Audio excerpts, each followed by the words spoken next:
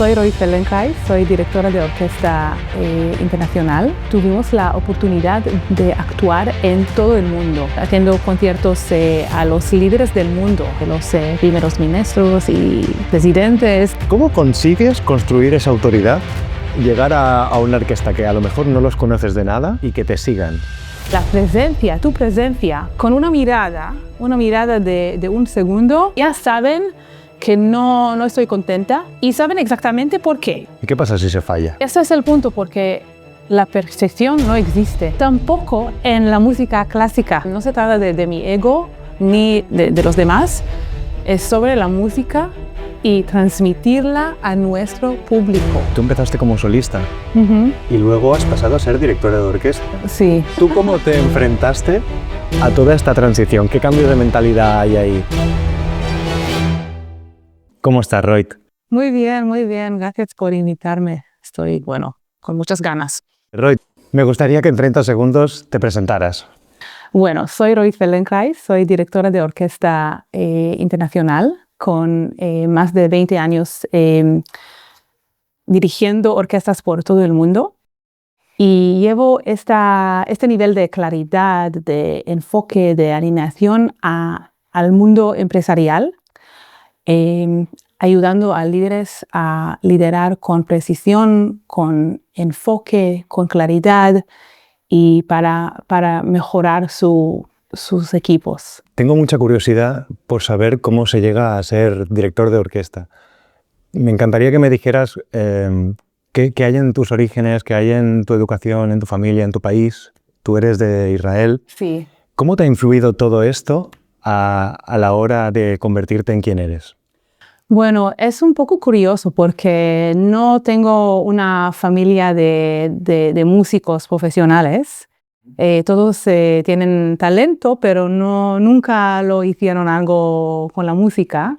Pero cuando era niña, tuve una profesora de música en mi escuela, ¿sabes? Como en mi colegio normal, que veía que tengo algún talento para la música y me ha decidido a enseñar los conceptos básicos de la música y empecé a cantar. Y años después, cuando vivía en los Estados Unidos, también ha pasado igual con los profesores en el colegio, como mira, tú puedes cantar, puedes hacer música, puedes aprender. Así que empecé a tocar la flauta travesera y aprender música, más y más cada año. Y cuando tenía 14 años decidí unirme a un coro profesional, casi profesional de niños. ¿En Estados Unidos o en Israel? En Israel, ya he vuelto a Israel. Y en este coro tuvimos la oportunidad de actuar en todo el mundo, con orquestas grandes, en la ópera, haciendo conciertos a los líderes del mundo, la verdad, los primeros ministros y presidentes. Wow. Sí, muy interesante. Y viajar, llegar a muchos sitios que como niña no podía hacer sin este camino. Y yo pensaba que para mí sería ideal convertirme en una cantante de ópera.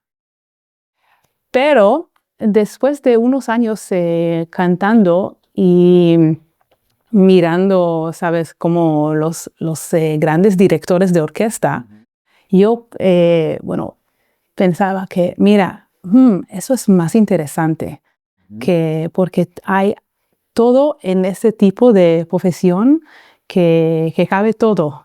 La orquesta, el coro, las solistas. Y para mí fue tan interesante que decidí apuntarme a la universidad y hacer el máster al final en dirección orquestal. Sí. Entonces, tus ganas de dedicarte a esto, por lo que he entendido, provinieron sobre todo por una profesora Sí, que te dijo, sí, me gusta este eso, talento, eso, ¿no? Es una eso. especie de, que te digo, como una validación, ¿no? De decir, 7 años, sí, sí, sí. Qué interesante, como un encuentro. un maestro cómo puede influir tantísimo en una persona. Siempre, siempre, siempre. Y me ha ayudado muchísimo, ¿sabes? Porque sin ella no creo que he podido entender bueno, si me interesa, si puedo hacerlo o no. Y fue un encuentro muy, muy especial. Que todos necesitamos un guía, ¿no? Sí, Todos necesitamos un exacto, mentor. exacto. Antes lo has comentado, que tú empezaste como solista Ujú. y luego has pasado a ser directora de orquesta. Sí, Veo un paralelismo incluso en lo que me pasa a mí. Quiero decir, cuando una persona emprende un proyecto, un negocio, tiene que empezar a dirigir personas. Hay muchas personas también que pasan de sí, ejecutar, ¿no? a ser pues, manager de un equipo o directivo. Hay un cambio de mentalidad, no puede ser la misma brutal. persona. Sí. ¿Tú cómo te enfrentaste a toda esta transición? ¿Qué viste? ¿Qué cambio de mentalidad hay ahí? Sí, bueno, es una transición muy difícil y también como dura unos años. No es, sabes, no es un proceso muy corto. Para mí empezó con la realización que yo es lo que quiero hacer, sobre todo. Y cuando quería entrar en los estudios, me han dicho, no, mira, tú eres cantante, mejor que hagas dirección coral, mejor que seas una cantante o lo que sea, pero dirección orquestal no tiene nada que ver contigo. Es lo que me dijeron los profesores en la universidad de la música y que, mira, es lo que quiero hacer.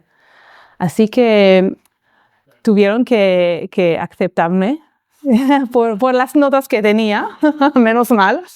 Y empecé de cero, porque mi vida era del mundo coral y hay como... la gente dice que no, mira, si no tienes esta experiencia con una orquesta desde siempre, no puedes hacerlo. Pero ya sabemos que no es así, no es así, porque puedes cambiar, puedes aprender, puedes hacer muchas cosas. Y para mí fue, como los primeros años fueron difíciles, porque cada vez tenía que volver a mí misma para asegurarme que eso es realmente lo que sí quiero hacer y aprender cómo afrontar este tema de liderar a gente que tocan otros instrumentos que yo, porque yo no tocaba el violín, por ejemplo, o el oboe, ¿sabes? Así que tienes que volver a ti mismo para entender bien qué quieres hacer, qué vas a transmitir.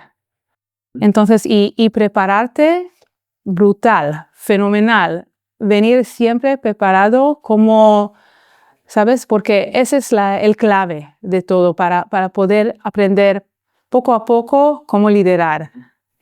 Sí. ¿Qué tipo de preparación? Bueno, depende de qué profesión, pero en mi caso, como directora, tengo que estudiar muy, muy bien la partitura y saber lo que hace cada músico, cada instrumento, y después formar una visión muy, muy clara con bueno, que tengo musicalmente, que quiero hacer, bueno, el balance o la frase musical, todo tengo que tener muy, muy claro, bueno, antes de empezar y después practicar los movimientos reales de la dirección orquestal y intentar a prepararme tan bien para aprender y para entender mejor las transiciones que van a ocurrir, las dificultades que van a ocurrir, Anticiparte los problemas, ¿no? Exacto, exacto. Y eso pasa en cada profesión, porque como un líder tienes que tener una visión muy, muy amplia y muy clara sobre qué quieres hacer y cómo lo vas a conseguir. Antes has hablado también de algo que me ha parecido muy interesante, que es tienes que liderar a personas que no tocan que yo no toco ese instrumento, ¿no? Sí. Recuerdo que hay un coach que se llama Jorge Salinas, que es buenísimo, y él hablaba de los 3 tipos de autoridad. Decía que había 3 tipos de autoridad, que había la autoridad conferida, ¿no? Que es la que la gente te otorga. O sea, tú tienes autoridad porque sabes hacer muy bien una cosa, ¿no? Que es como tu conocimiento técnico. Como el CTO. Exactamente. Por ejemplo, sí, hay otra autoridad que es la autoridad jerárquica, que es por lo que pone en tu tarjeta de visita. Por tu cargo. Por el cargo, exactamente.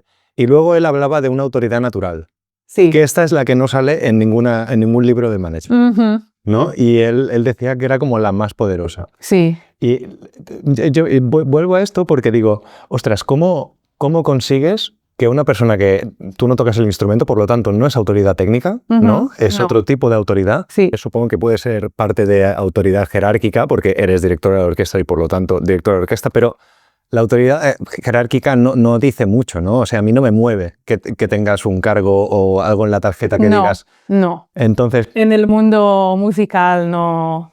claro, y más en el mundo musical porque estás dirigiendo artistas. Sí. Un artista no es una persona cualquiera. No. Un artista tiene mucha sensibilidad. Sí. ¿Cómo consigues construir esa autoridad? Llegar a una orquesta que a lo mejor no los conoces de nada Sí. y que te sigan. Bueno, creo que es una mezcla de las 3. Es una mezcla de las 3 porque técnicamente no puedo tocar el violín. Bueno, claro que no como ellos, ¿sí?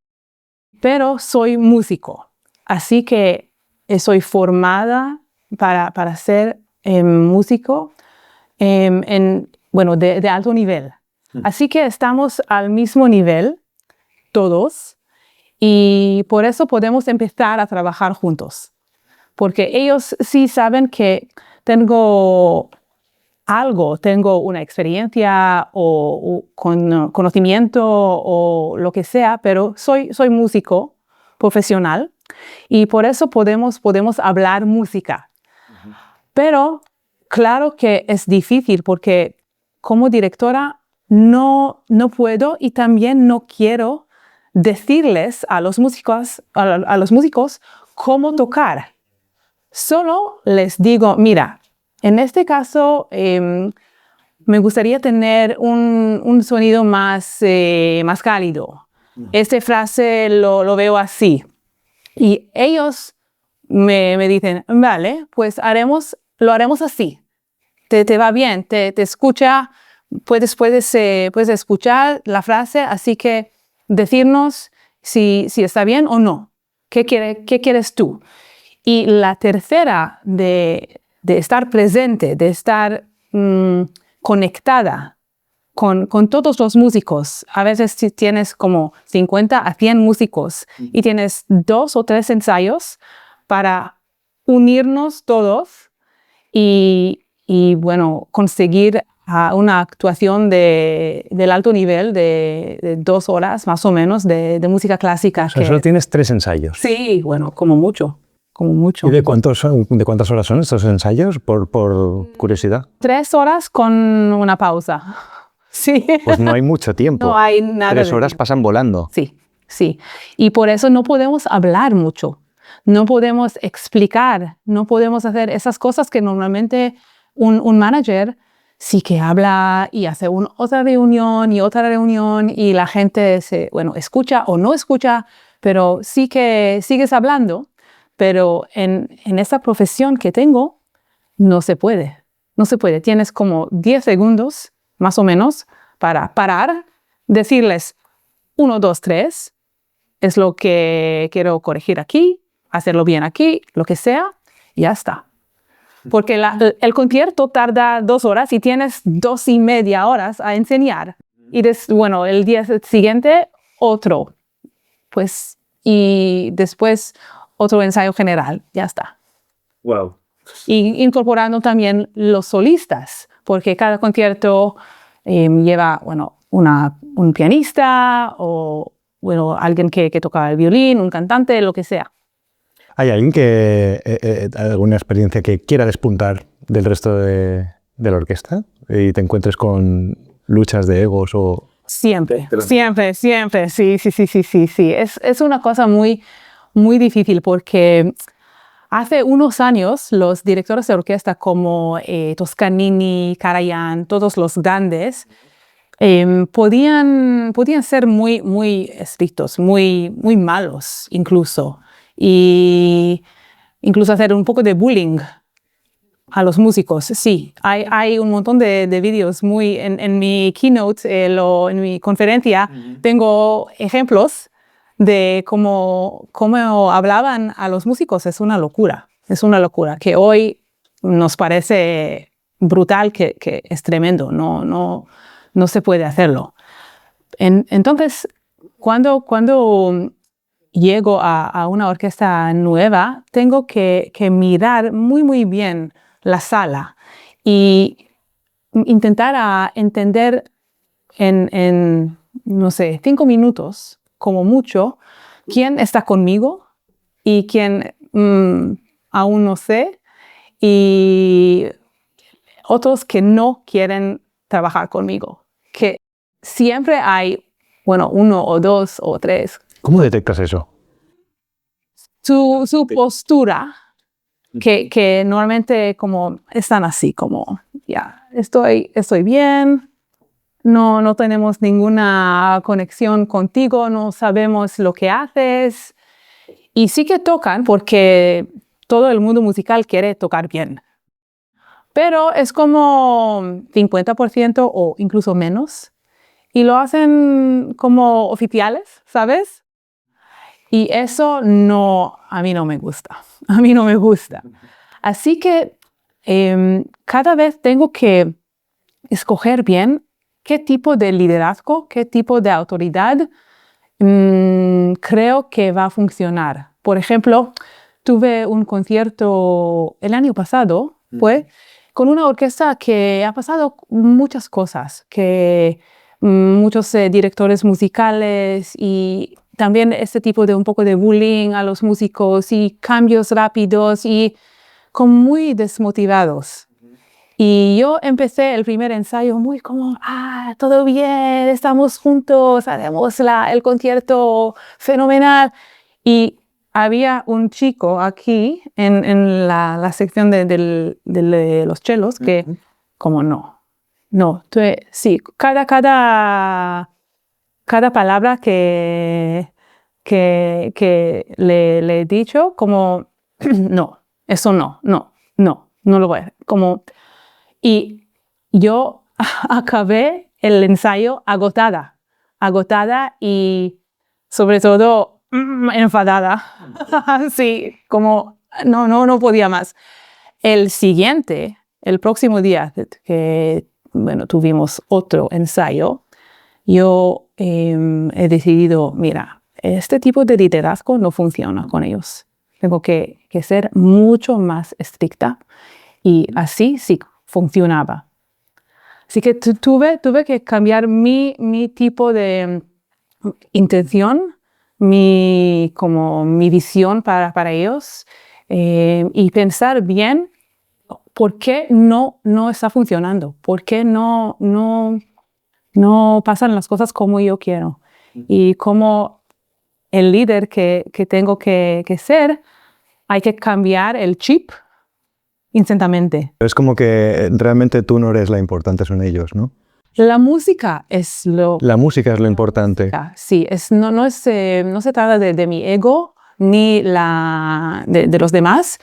Es sobre la música y transmitirla a nuestro público. Es sobre todo, sí, lo más importante. ¿Cómo te comunicas con tu orquesta? Porque me acabas de decir, solo tengo 3 horas, no nos podemos conocer, no podemos hablarnos. Sí. ¿Cómo lo haces? ¿Qué pasa ahí?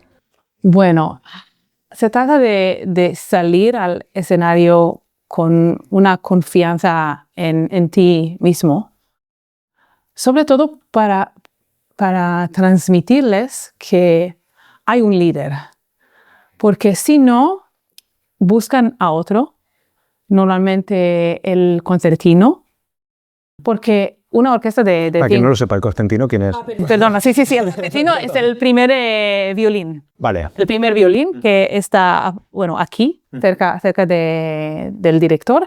Es como, no ayudante, claro que no, pero es un compañero muy, muy, muy importante. El segundo del barco, podríamos Sí, decir. exacto. Sí, el segundo del barco es fenomenal. Entonces dices, si no te siguen a ti, siguen al concertino. Sí, porque... ¿Y qué pasa ahí? Entonces, ellos siempre en los 2 primeros minutos te miran y deciden, vale, ¿podemos confiar en él o no? Y si no, ¿por qué no? A veces cuesta un poco para conocernos mejor, incluso si es otro idioma, otra cultura, lo que sea, cuesta un poco más, pero no mucho más.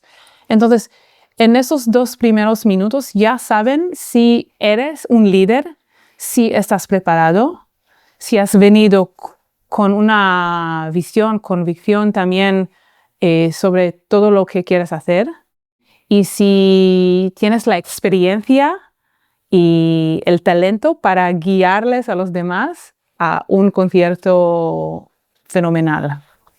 Entonces sí que hablar con ellos es difícil porque casi no hablamos, pero no hablamos, bueno, verbal no, pero no verbal todo se habla todo el rato porque con el cuerpo, la expresión, todo, la cara, se hace todo y las manos. Cuéntame técnicas concretas sobre esto. ¿Qué practicas tú para que no haya fallo ahí? Bueno, se trata de tener una técnica de dirección orquestal muy, muy buena. Claro, es el básico, sí. Pero también lo que cuesta mucho en nuestra profesión, y creo que se puede hablarlo también en el mundo empresarial, es recibir el sonido y transmitir el siguiente todo el rato. Así que como un líder, como aquí si tienes que gestionar algún equipo, tú les transmites tus ideas, lo que sea, y después recibes algún, producto, mensaje, no sé. Output, ¿no? Exacto, un output, sí. Y tienes que, poco a poco, todo el rato, corregir un poco y transmitir de nuevo. Es una relación constante. Y con la orquesta se ve muy, muy clara, porque el sonido, tú lo vas a recibir como en un segundo y, ya está. Así que tienes que enseñarles el siguiente al mismo tiempo, porque siempre es prepararte al siguiente compás, a la siguiente frase. Entonces, es difícil, y lo más difícil es esta cosa que, escuchar bien qué pasa o mirar bien qué pasa ahora y al mismo tiempo planificar, enseñar, decirles qué va a ocurrir el siguiente compás o el siguiente mes o, ¿sabes? Como aquí en alguna empresa. ¿Y qué pasa si se falla? Bueno, si es un ensayo, normalmente los músicos saben perfectamente qué pasó. Y con una mirada de un segundo, que tú haces como así ya saben que no estoy contenta y saben exactamente por qué. ¿Cómo es la mirada? ¿Cómo? ¿Qué pasó? Porque saben que algo pasaba y tienen que hacer algunos, ¿sabes? Para corregir, para hacerlo bien.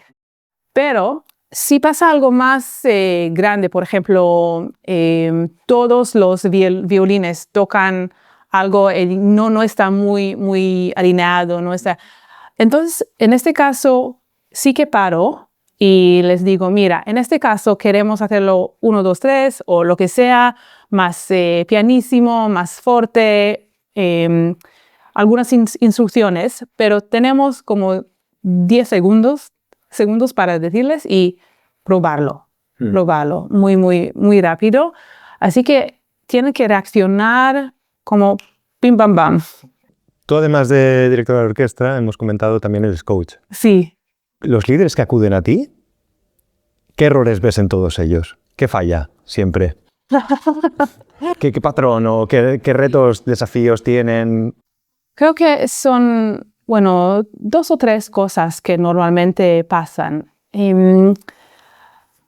La primera se trata de estar muy como conectado a tus emociones y a los demás también. Y controlar tus emociones como un líder.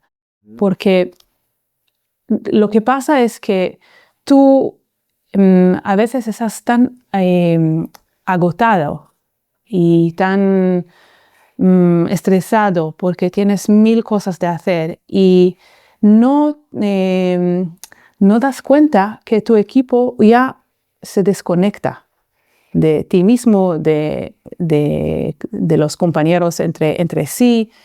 Y ese nivel de inteligencia emocional es número 1. Ahora que tenemos IA y todo se puede hacer muy rápido y, bueno, volver a este punto de tener las emociones muy, muy visibles, muy controlados para bueno, gestionarte a ti mismo como líder y después ver qué pasa con tu equipo. Entonces, ese es uno de los claves. Y el otro es cómo tú crees que eres, pero los demás te perciben en una manera diferente, en alguna manera diferente. Y tu presencia, cómo comunicas, si eres un ejemplo para ellos o no, cómo vas preparando, cómo afrontas los challenges que hay, si estás, bueno, la presencia es fenomenal, porque a veces, y eso lo veo mucho, sobre todo en los campos de tecnología, porque a veces hay gente que saben, bueno, hacer code y todo increíble, pero no saben comunicarse muy bien. Entonces, y piensan que todo está perfecto, pero los equipos y es difícil porque en este caso cada persona hace lo que quiera y tú como líder no entiendes por qué. ¿Qué pasó? ¿Qué pasó? Yo se lo he explicado bien, pero no... Sí, exacto. Y eso pasa mucho en el mundo de la tecnología. Y por eso es como tan importante volver a esos power skills que ¿Por qué tenemos. crees que ocurre ahí en el mundo de la tecnología? Porque se trata de gente que le va bien hacer todo en el portátil. Vale. Y la conexión o las relaciones humanas a veces les cuestan un poco más. No todo, ¿sabes? Claro, pero sí que lo veo mucho. Es que se entrena en relacionarse con los demás, ¿no? Sí. ¿Y cómo ayudas a la gente a entrenar eso? A lo que hemos hablado, ¿no? La presencia, que es lo primero que detectas y dices, eso hay que cambiarlo, ¿y cómo se cambia? Bueno, es poco a poco, porque, por ejemplo, muchas veces intentan a evitar conversaciones difíciles. Por ejemplo, tienes un chico en tu equipo que no ha entendido bien y, bueno, hizo algo mal. Y tienes que hablar con él y hacer esta conversación que sea, bueno, también productiva, pero también no mala. Claro, no desmotivante, ¿no? Exacto, porque... Si no te conviertes en el director de orquesta del que hablábamos antes, ¿no? Sí, eso. Y reconocer que tu equipo todos tienen talento fenomenal, todos son profesionales, son expertos y se trata de tu comunicación, no de su trabajo, que no entiendan bien, que no lo que sea. Es que volver y mirar, ¿esta conversación lo hice bien o no? Y a veces sí que lo vamos revisando y mira, en este caso mejor hablar con él o con ella en una manera más, adecuada. Depende de cada uno, y así que poco a poco vas entendiendo que la comunicación significa todo.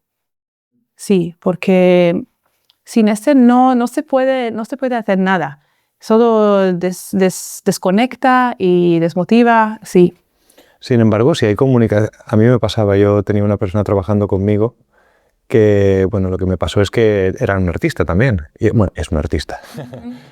Y nos dábamos cuenta de que un cliente nos pedía algo, había pagado algo y al final estábamos dedicando muchas más horas de lo que nos salía rentable a nosotros. Claro. Y yo trataba de explicarle, lo estás haciendo genial, me encanta lo que has hecho, es brutal, pero no puede ser que tardemos tantísimo porque es que no nos sale a cuenta. Exacto. Y sin embargo eso él lo recibió como una crítica, como que me estás diciendo que no te gusto, ¿no? Como diciendo que no es lo adecuado. Y la verdad es que no supe cómo enfrentarme a eso porque fue un momento bastante incómodo. Claro, claro. En esa situación, ¿tú qué hubieras hecho? Bueno, antes de... Porque era como, estaba comunicado, ¿no? Tenemos que hacerlo con estos deadlines. Hemos cobrado esto, pero le costaba esa mentalidad de voy a hacerlo un poco peor, pero más efectivo. Claro. ¿No? Él era muy perfeccionista, muy... Y ese es el punto, porque la perfección no existe. No existe. Tampoco en la música clásica. Tampoco que todo el mundo piensa que sí, pero no existe. Y a mí me costaba unos años como entenderlo y aceptarlo, que no existe la perfección. Intentamos siempre hacerlo fenomenal, hacerlo bien, hacerlo increíble, pero no existe porque somos humanos, no somos robots y no podemos hacer algo. Y por eso, con este chico, por ejemplo, es una situación muy difícil, la verdad. Si es la primera vez, para mí sería importante hablar las cosas más y más, otra vez y otra vez, para asegurarme que realmente se entiende entre las dos. Y si es, la segunda, la tercera es más fácil, porque ya tenéis una relación profesional y se sabe cómo se hace. Y siempre decirle, mira, no queremos perder tiempo para intentar a conseguir esta perfección, porque en el mundo real, donde estamos viviendo ahora mismo, donde trabajamos, hay un deadline y es lo que hay. Es muy sencillo, la verdad. Y no se trata de ti o de mí, no se trata de nadie. Es lo que hay un cliente, hay un job, un performance que tenemos que hacer y tenemos que conseguirlo en este margen que tenemos. Así que me parece que lo hayas hecho fenomenal porque no se trata de él. Tu trabajo es fantástico, pero sí que, sin ese deadline no podemos conseguir. Nos debemos a una necesidad que tiene otra persona. Exacto, porque y siempre es importante porque como directora de orquesta puedo estudiar un mes más, 2 meses más, siempre puedo estudiar más. Pero llega el día del concierto. Nunca es suficiente para mí, nunca. Y los músicos siempre te van a decir igual. Podemos practicar más. Claro, no está preparado. Es a punto, casi. Pero un mes más, claro que podemos practicar más, estudiar más. y planear más, pero no funciona así. Y en las orquestas que normalmente tenemos 2, 3 ensayos, seguro que nos encanta tener más, ¿sí? ¿Sabes? 5 ensayos, qué lujo, pero no hay, y siempre por el mismo motivo, dinero, porque hay un deadline, el público va a venir este día y tiene que ser perfecto. Claro. Bueno, perfectamente no. imperfecto. Exacto. Tiene que salir bien. Sí. Sin más, ¿no? Sí. Es un tema. Sí. ¿Qué es lo que más te costó a ti de cuando tuviste que enfrentarte a ser director de orquesta? ¿Qué habilidad te faltaba más a ti? ¿Y cuál es? Porque yo creo que has comentado una, que es el perfeccionismo, ¿no? Sí. Pero ¿qué más sientes que te fallaba y cómo lograste aprenderlo? Bueno, creo que algunas de las cosas que me costaba mucho es la soledad. Porque en una orquesta normalmente los músicos se conocen y tocan juntos varios años. Y tú como director vienes y te vas. Entonces estás solo. Todo el rato tienes que prepararte solo y venir. Y cuando haces el ensayo estás con ellos, pero no exactamente. Y después vuelves a tu hotel o lo que sea y también estás solo. Entonces es entender bien cómo mejorar mi habilidad de confiar en mí misma. Y sobre todo porque no hay ninguna otra directora conmigo, ¿sí? Bueno, solo yo. Y eso es lo más difícil, la presión, la responsabilidad que tengo y saber que se trata de ti, siempre. Y si pasa algo, es tu responsabilidad. ¿Y qué haces para dejarte de sentirte sola y ganar esa autoconfianza? Bueno, son ¿O dos lidias cosas. con ellos, simplemente gestionas? Sí, exacto, siempre, eso, sí, porque pasa siempre. Pero dos cosas distintas es para no sentirme tan sola, hablar con mis amigas, mi familia, mi marido, todos. Y para confiar en mí misma, volver a la música, volver a practicar, volver a hacer ejercicios mentales y emocionalmente estar más segura, más fuerte. Eso es como un trabajo interno. ¿Puedes darme un ejercicio mental? Sí, claro.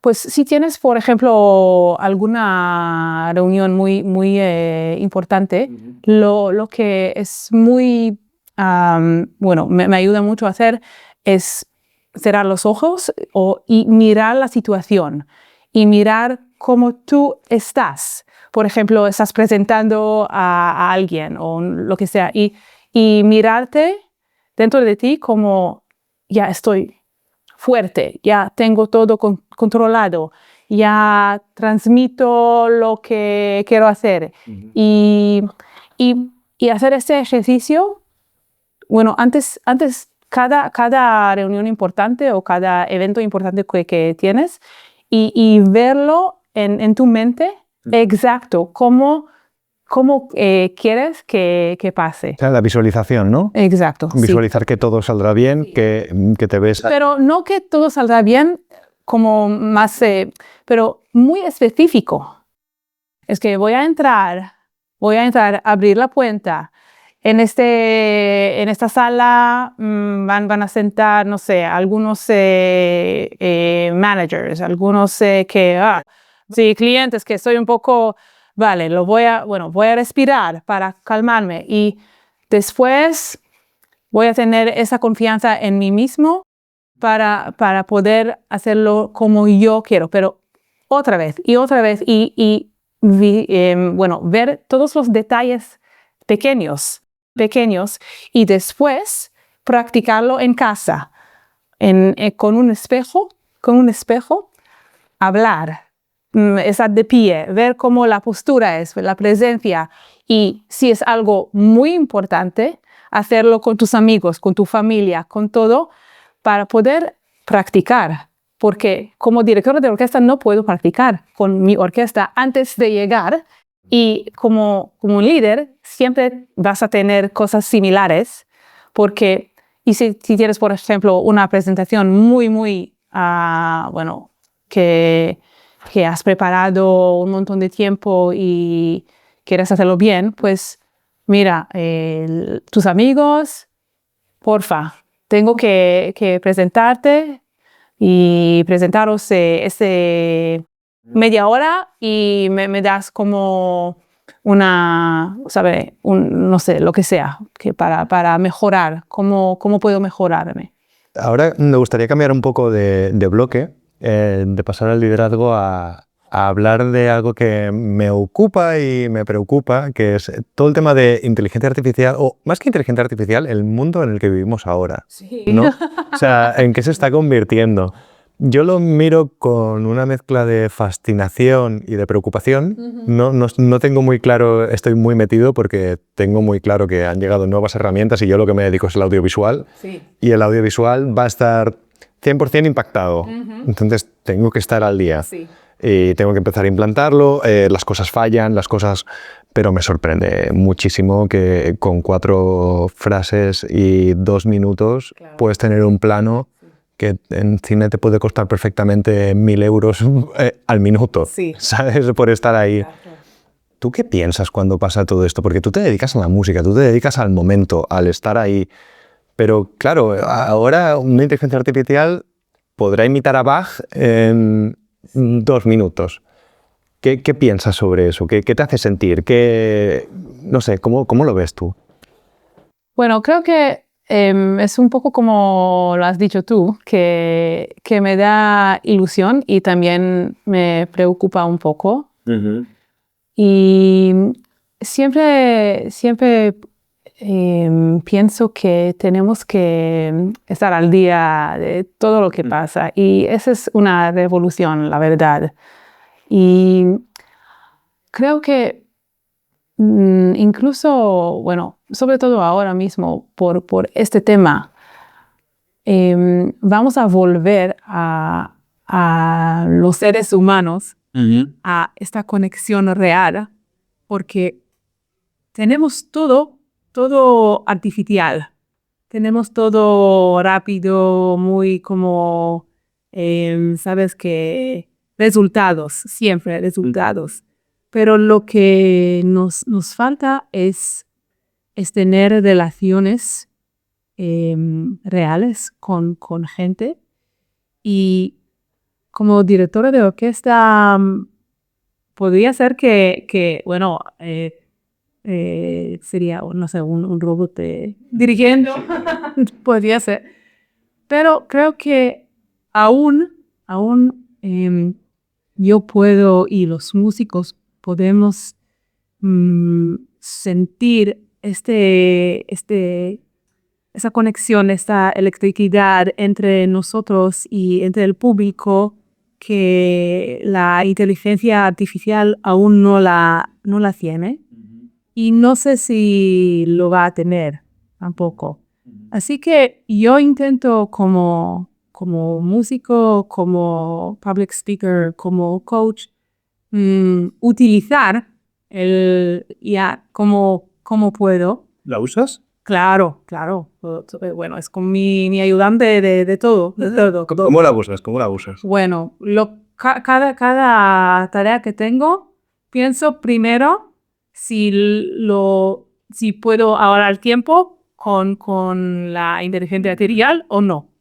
Y si puedo, pues lo hago así.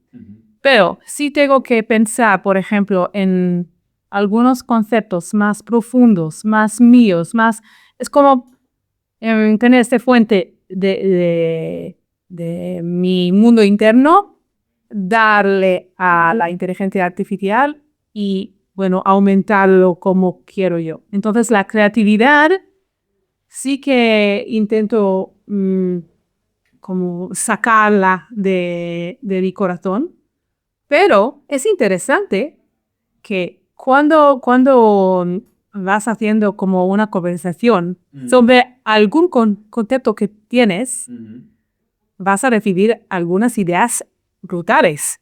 Así que para mí me ayuda un montón. Y cuando tienes una empresa y las cosas van ahora mucho más rápido, porque antes cada publicación,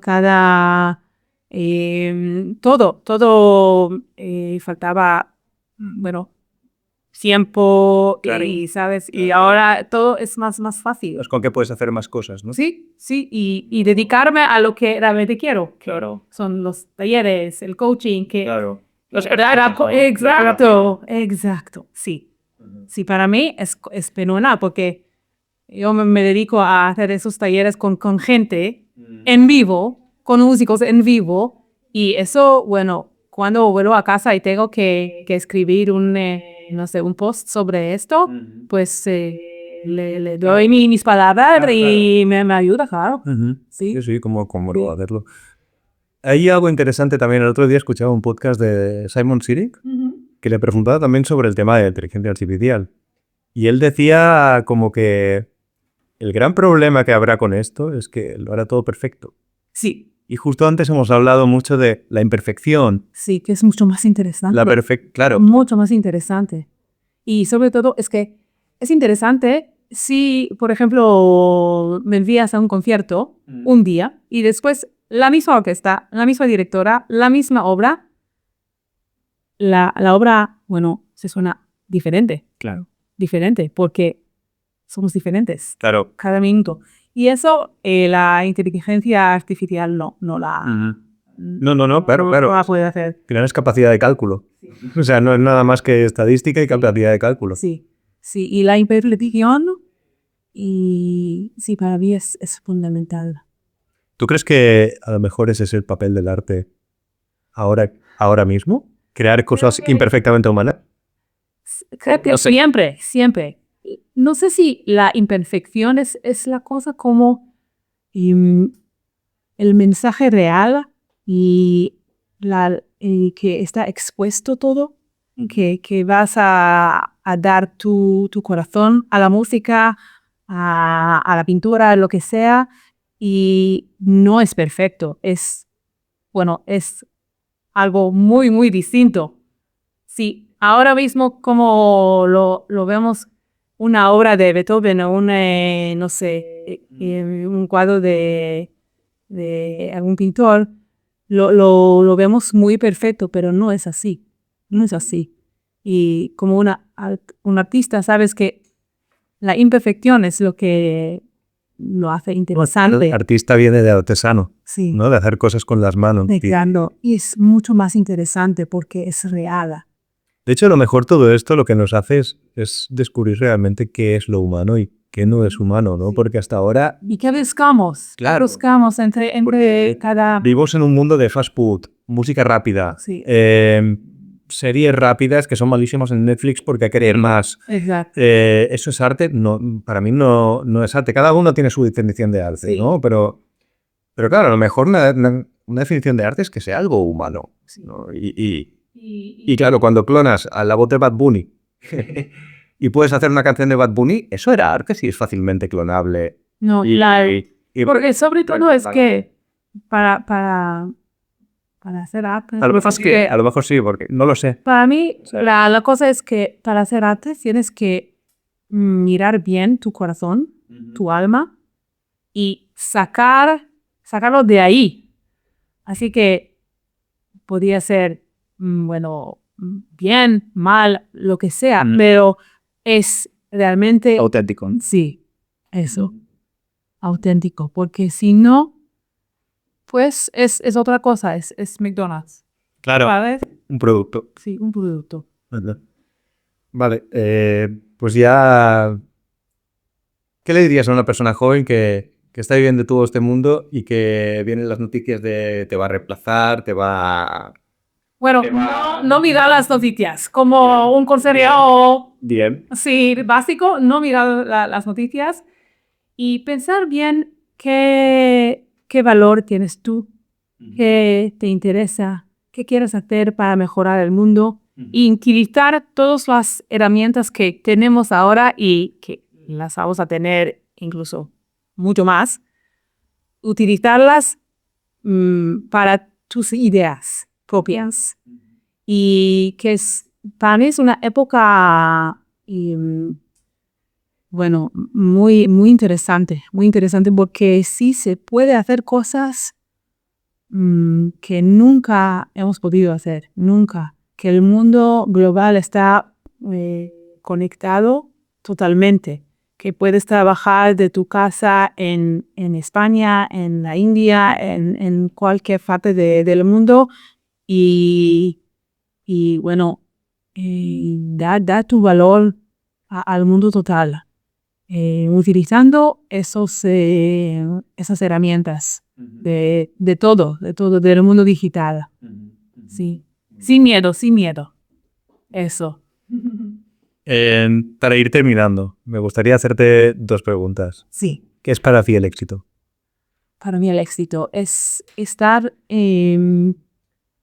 ser alineada con mis, con mis ideas profesionales, por ejemplo, sobre la música, sobre el coaching, sobre todos estos, alineadas y conectada con mi propósito, mientras dedico tiempo para mi familia, mis hijos. Ese equilibrio para mí es fundamental. ¿Y cuál es tu propósito? Bueno, conectar, sí, a través de la música, a través del arte, sí, conectar. Sí. Pues muchísimas gracias, Roy. Muchas gracias, Marc. Nos vemos pronto.